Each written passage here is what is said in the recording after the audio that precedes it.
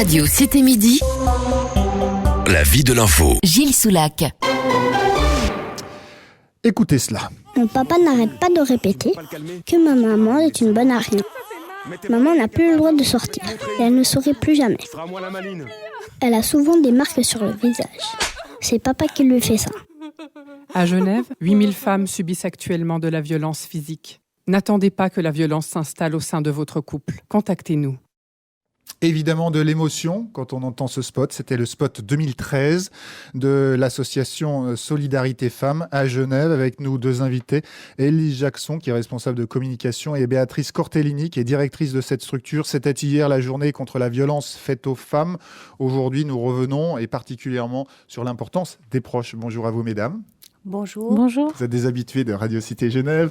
Merci de venir et on est heureux aussi de vous céder la parole, bien évidemment, non seulement à vous, mais quelquefois des femmes. Moi, je suis allé chez vous une fois interviewer des femmes. C'est pas facile d'ailleurs, elles n'ont pas envie de s'exprimer, bien souvent. Absolument.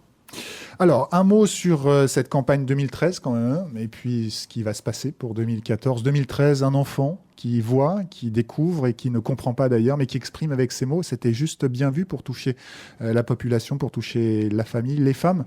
Et les hommes, surtout, Élise Jackson. Oui, en fait, le but était surtout donc de faire de la prévention et de montrer qu'avant de... Souvent, les femmes se rendent compte qu'elles sont victimes de violences dès que les premiers coups apparaissent, alors qu'en fait, la violence est installée petit à petit, durant des mois, peut-être des années, tout doucement. Et en fait, on a voulu faire prendre conscience que ça démarrait pas avec une gifle ou un coup, mais bien avant. Et qu'il fallait faire attention. On n'arrive pas tout de suite dans l'extrême. Il y a des étapes, il y a des degrés. C'est un peu cela. Moi, je l'ai découvert aussi chez vous en interviewant les femmes. Cela commence par des paroles, par un manque de liberté, par le fait que la femme en général, ne doit plus aller voir ses amis. Béatrice Cortellini, c'est un peu cela. C'est pas du jour au lendemain où on se prend une gifle ou un coup de pied. Oui, c'est comme je dis toujours, la violence conjugale, c'est un peu comme les cheveux. Ça pousse tous les jours, mais on ne les voit pas pousser. Et ça veut bien dire que ça se met en place très progressivement, très lentement. Et la plupart du temps... On ne le voit pas venir. Hein. Exactement. Entre hier et aujourd'hui, il n'y a pas une grande différence. Par contre, si on pouvait faire un arrêt sur image tous les 6 mois ou une fois par année, là on verrait que les choses se sont mises comme dans un engrenage. Arrêt sur image, c'est vrai que ce sont des campagnes qui sont souvent filmées. Hein. C'est vrai que l'image est très forte en général parce qu'on ne se voit pas nous-mêmes. Et la parole ne suffit plus. Alors, on va essayer de donner de l'image à nos auditeurs pendant cette demi-heure sur Radio Cité Genève. C'est vrai que quand on entend un enfant, qu'on le voit, il est dans son petit siège, il dit voilà ce qui se passe, on a l'image. C'est ça qui nous manque un peu. C'est aussi de se rendre compte de ce qui se passe dans notre propre famille. Moi, je crois qu'on est tous concernés. Hein, et si vous êtes là aujourd'hui, c'est pour pouvoir interpeller aussi nos auditeurs. On n'a pas une caméra, comme dans les histoires, comme dans la télé-réalité. Mais ça nous surprendrait bien souvent, Élise Jackson, n'est-ce pas, de nous voir dans famille. Ah oui, tout à fait. Je pense qu'il se passe souvent d'ailleurs des scènes anodines de violence lors d'un dîner avec des parents, des amis, etc. Et même au travail, puisque c'est... L'objet de notre campagne, c'est cette année de s'adresser à l'entourage. Et on se rend compte que, tout d'un coup, on peut être à un dîner avec des amis et puis on se rend compte que, le mari parle mal à sa femme. Et puis, en fait, c'est banalisé. Tout le monde rigole ou il lui dit, il se moque d'elle. Et puis, c'est de plus en plus. C'est tout au long du dîner. Puis, on ressent quand même à l'aise, mais on n'ose pas s'en mêler ou on n'ose pas dire quelque chose. Et puis, souvent, la femme se tait. Donc du coup, c'est pas évident. Et d'ailleurs, vos campagnes, depuis des années, j'ai envie de dire depuis des décennies, c'est souvent sous la notion de briser le silence, rompre le silence. Et cette année, vous allez un peu plus loin. J'ai presque envie de dire, alors je ne sais pas si c'est la terminologie exacte, aujourd'hui, c'est tous concernés. Oui. Alors déjà, grâce aux lois qu'il y a à Genève, on le répète dès qu'on peut, c'est que chacun, en tant que citoyen, peut dénoncer, un voisin peut dénoncer, en tout cas porter plainte à la place de la victime s'il se rend compte de quelque chose. Donc les lois de Genève permettent ça. Après, dans les faits ou dans la réalité, c'est pas évident à faire parce que c'est un problème qui se passe dans le foyer, dans un couple. Donc on a toujours l'impression que ça n'appartient qu'à la sphère privée alors qu'en fait, ça appartient à la sphère publique. Et donc si les lois le disent, mais après...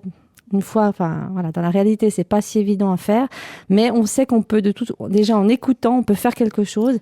Et c'était le thème de cette année qui s'adressait à l'entourage, donc aux proches, amis, voisins, Et collègues de travail, bien sûr. Alors, c'est vrai que ces situations sont complexes parce que les femmes viennent de Vénus et les hommes viennent de Mars. Donc, les femmes parlent moins, les femmes intériorisent, elles se culpabilisent même. Leur amour est tel que cela peut durer très longtemps, plusieurs années, tout en se laissant violenter. Et ce sera la thématique de notre 12-13 aujourd'hui. Je vous ai proposé quand même une expression d'un homme et on écoutera des hommes aujourd'hui. Vous êtes d'accord? C'est souvent les femmes qui s'expriment.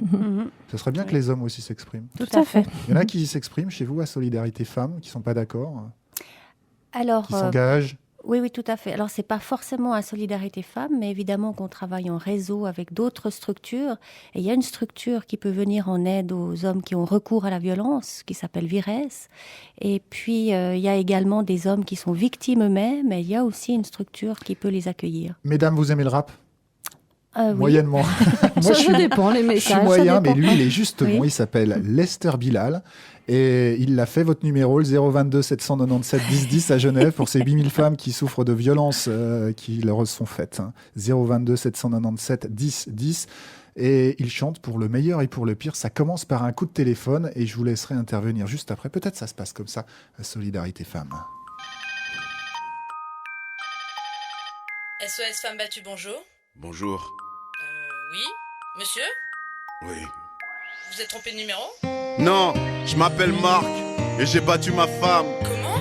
Oui, je l'ai frappé, je suis devenu fou madame, j'ai dérapé, je viens d'appeler les urgences, je viens d'appeler les flics. Fallait que je parle à quelqu'un, fallait que je m'explique. Mais qu'est-ce qui s'est passé? 1 an et demi qu'on est mariés, depuis quelques temps ça va pas. Ça fait 6 mois que je cherche un emploi et un boulot.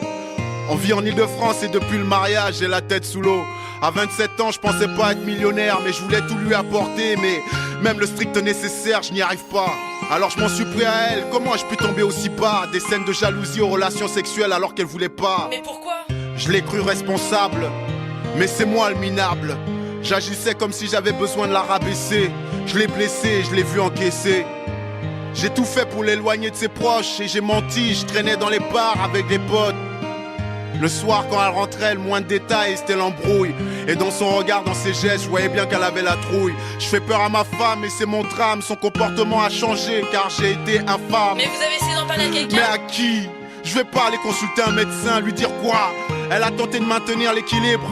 Elle avait de l'argent et moi je me suis senti invisible. Je me suis senti petit, alors je l'ai dénigré tout le temps. Et la famille et les proches, personne vraiment? Pas ma femme, c'est pas une chose qu'on l'on dit à ses parents.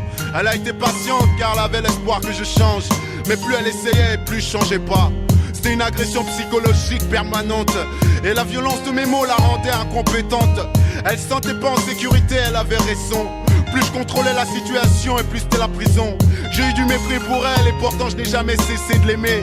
C'est moi qui avais besoin d'être aidé. Madame, elle est enceinte de 4 mois et aujourd'hui je l'ai battue à lui casser le bras. Comment? Qu'est-ce que vous dites? Elle m'a fait une remarque, j'avais trop bu, ça a été une gifle au début, puis elle a continué à se moquer en colère. Je lui en ai collé une dans les gencives. Quoi? Ouais, on s'est battu et je l'ai frappé avec la barre de fer. Je lui ai fait vivre l'enfer, mais je n'en tire aucune fierté, madame. Mais où est-elle? Elle est à terre, là, à côté de moi, inconsciente. Je vous l'ai déjà dit, j'ai déjà appelé les urgences. Oh, mon oui, Dieu. je sais, j'ai été trop loin, j'ai pété un câble. Maintenant, je sais que c'est la fin. Non mais attendez, monsieur, Marc, continue à parler. Est-elle encore en vie? Oui, je crois. C'est de ma faute. Je bossais dans l'informatique à la maison, je remplissais mon rôle. Mais tout est parti de travers, je pensais que ça n'arrivait qu'aux autres. Mais quand c'est vous, c'est souvent qu'on le voit pas venir. J'aurais dû me ressaisir, je le sais. Y a plus d'avenir aujourd'hui. Mon geste est impardonnable, méprisable. Elle méritait pas ça, madame. Vous avez des remords? Je veux pas qu'elle meure, non, car j'ai eu tort. Je lui ai manqué de respect, manqué à mon honneur, manqué à ma promesse, manqué à mes vœux, j'ai manqué à notre amour. Et je suis le seul responsable de cette violence conjugale. Je dois vous laisser, madame. Y a les flics à la porte. Non, mais attendez, monsieur. Marc, ne raccrochez pas. Allô? Allô? Marc? Ce morceau, c'est pour toutes les femmes battues. Les hommes n'ont pas d'excuses. Et cette chanson n'en est pas une. La réalité est souvent encore plus dure, je le sais, mais aujourd'hui j'ai pris mes responsabilités. Car c'est pour le meilleur et pour le pire.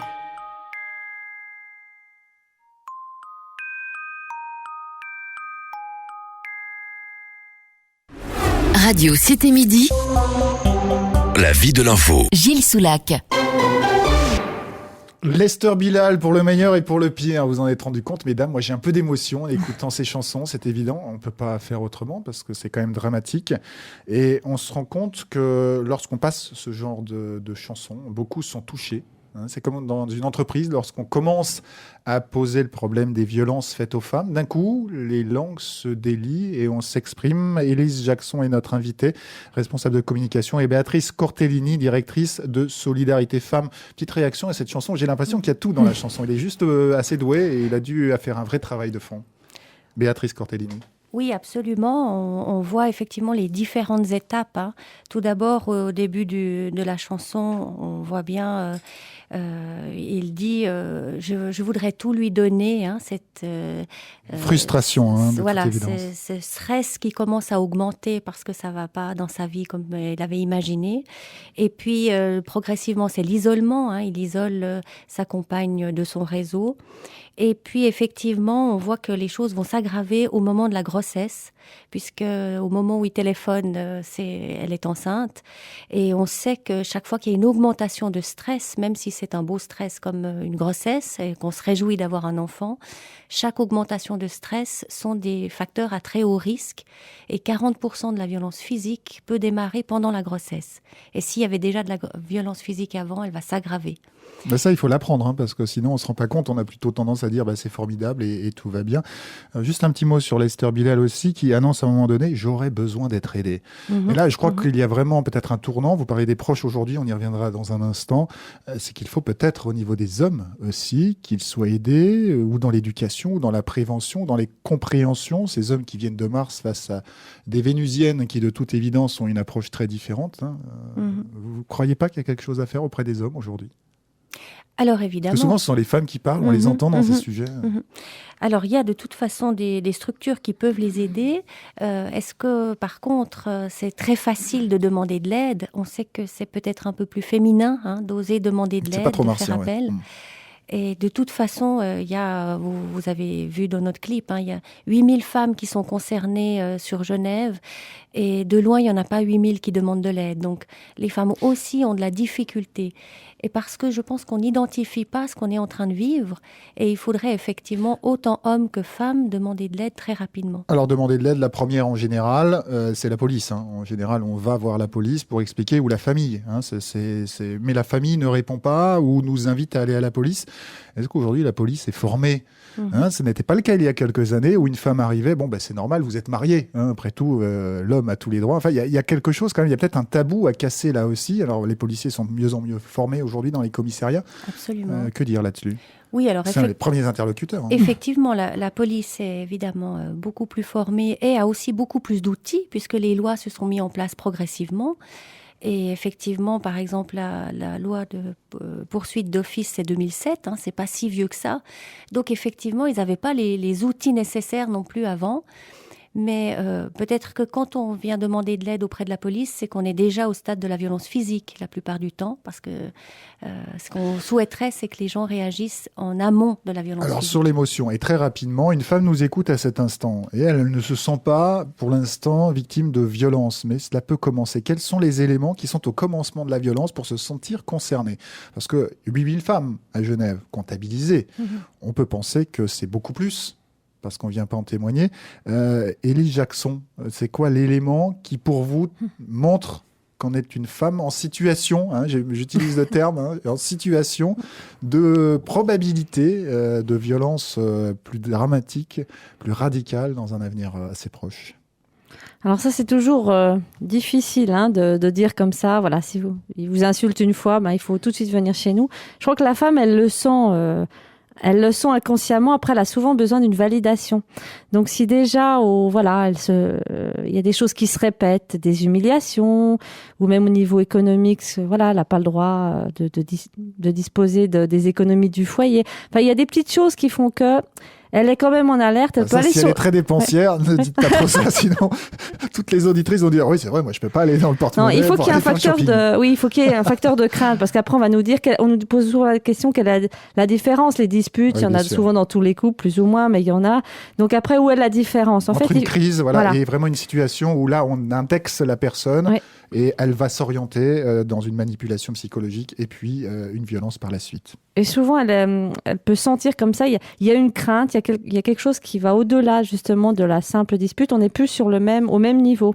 Et là, et c'est ce que nous, on encourage à faire, c'est d'aller voir, alors, soit sur notre site internet, soit en appelant à notre numéro. On peut tout à fait dire, voilà, moi je vis ça, est-ce que ce serait de la violence conjugale ? On a aussi des séances d'information, on peut venir de façon tout à fait neutre le jeudi, entre 9h et 10h chez Solidarité Femmes, on vous posera aucune question, si vous n'avez pas envie de parler, vous ne parlez pas.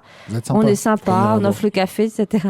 Et là, elle peut déjà, parce qu'on présente, identifier peut-être quelque chose, et nous on ne va jamais pousser, c'est vraiment à la femme elle se prend en main, et c'est déjà le début de quelque chose. À Genève, Solidarité Femmes, c'est 022 797 10 10. Radio Cité Midi. La vie de l'info. Gilles Soulac. Un clip a été fait et particulièrement intéressant, mesdames, qui mettent en situation et qui nous fait considérer effectivement avec une caméra ce qui peut se passer dans une famille. Je vous propose de l'écouter, à nos auditeurs et nos auditrices aussi. Cela commence juste pour une histoire de sortie d'une soirée et une femme qui décide de choisir elle-même, imaginez, elle-même sa robe. Cela commence comme ça. Marie, c'est quoi ça ? Ça quoi ? Espèce de robe là. La rouge ? Bah ouais, la rouge. C'est ma robe pour ce soir. C'est une blague. Tu vas quand même pas mettre ça. Elle est très bien cette robe. Tu ressembles à rien dedans. T'as vraiment qu'un goût. Je vais t'en trouver une, moi. C'est quand même pas toi qui vas choisir ma robe pour ce soir. Écoute, tu discutes pas. Tu vas me faire confiance, ok ? Quoi ? Y a un problème ?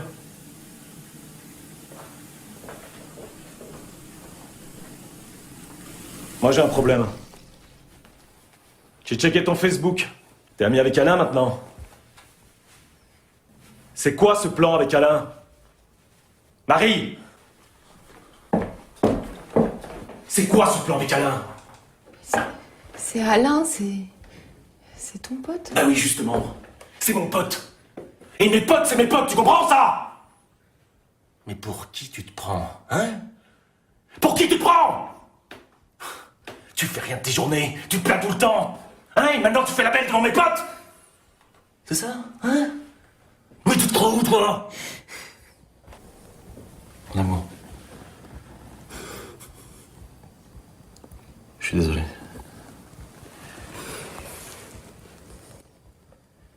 En fait, je trouve ça plutôt sympa que tu sois pote avec Alain.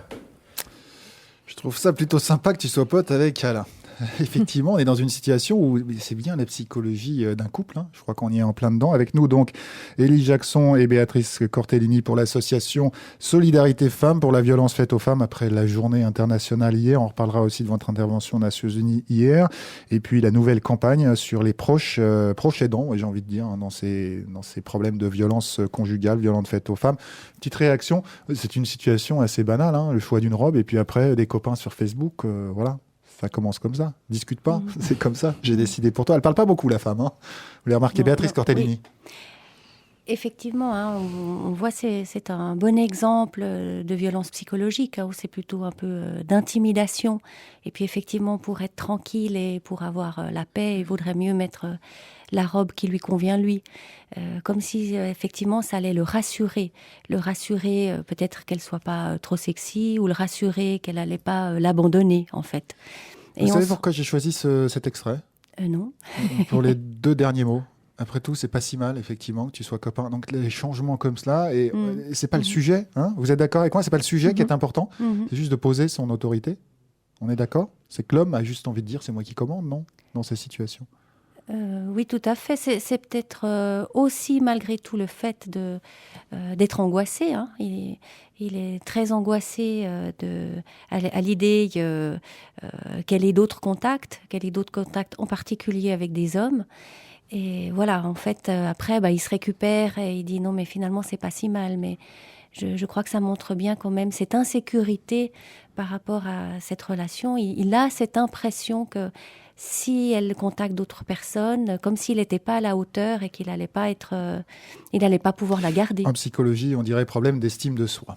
Et pour cette campagne 2014 et pour cette année qui est devant nous, campagne vers les proches. Hein, c'est valable aujourd'hui dans beaucoup de domaines. On se rend compte que dans le monde de la santé aussi, pour les maladies, pour les handicaps, on s'intéresse aux proches, parce que ce sont eux les premiers intervenants. Élie Jackson, votre campagne donc sur les proches. Pourquoi cette orientation et qu'attendez-vous de cette campagne et des proches? Proches en entreprise, proches dans la famille, proches dans le cercle d'amis?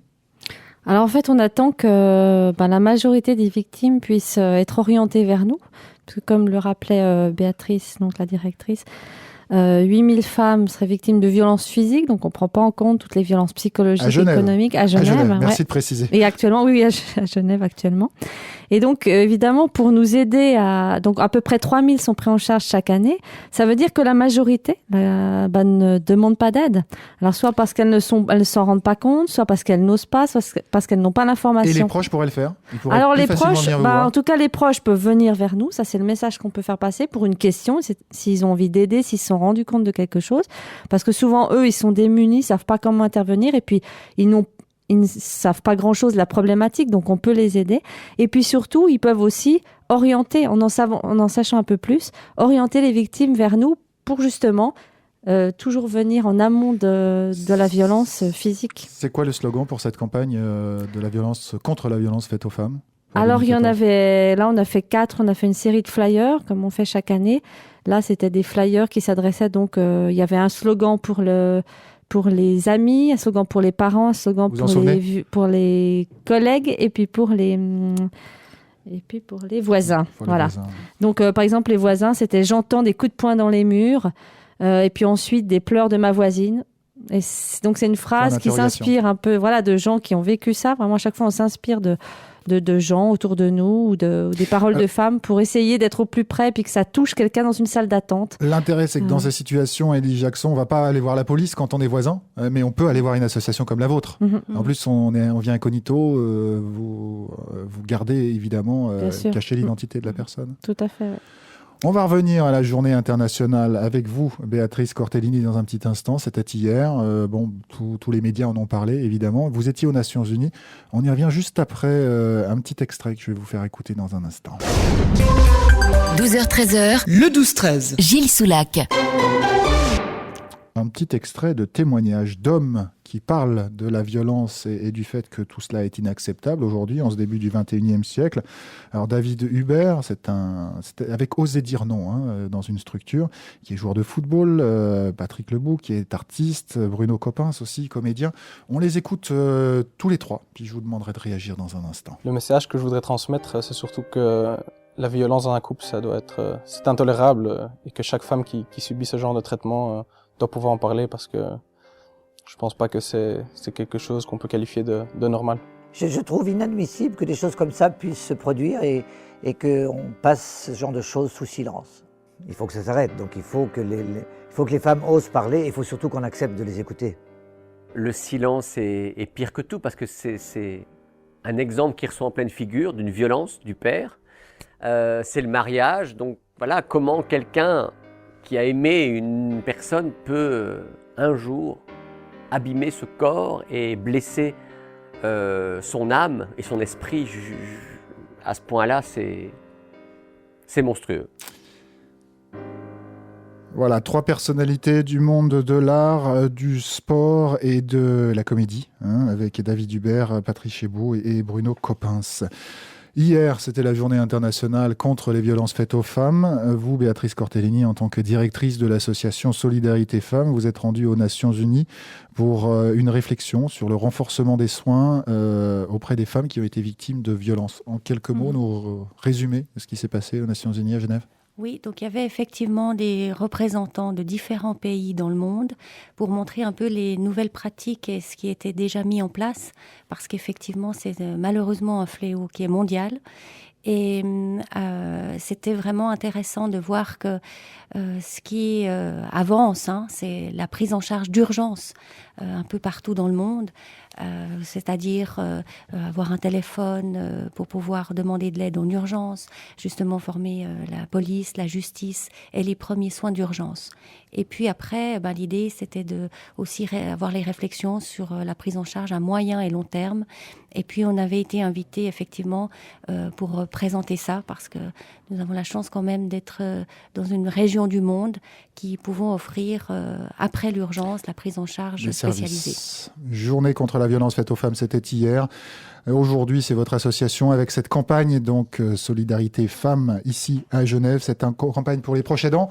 Il y a un proche qui nous écoute, il a entendu parler de violence autour de lui ou il n'arrive pas à analyser. Vous lui dites quoi en 2 mots, mesdames Élise Jackson et Béatrice Cortellini? En 2 mots, vous dites quoi pour cette nouvelle campagne? On lui dit de nous appeler, même si c'est une question qui peut paraître anodine. On est là pour essayer de voir ou venir à une séance d'information le jeudi, entre 9h et 10h. 22 797 10 10. Et vous, Béatrice? Je lui ai dit qu'effectivement, il faut d'abord avoir de l'information. Et il faut avoir l'information la plus précise possible pour savoir quoi dire et quoi transmettre. Merci mesdames, Élise Jackson, responsable communication, et Béatrice Cortellini, directrice de l'association Solidarité Femmes. On vous retrouve de temps à autre sur les ondes de Radio Cité Genève pour nous permettre de mieux comprendre aujourd'hui ces problèmes. Et vous avancez aussi, vous évoluez aussi dans votre communication. À tout bientôt. Merci beaucoup.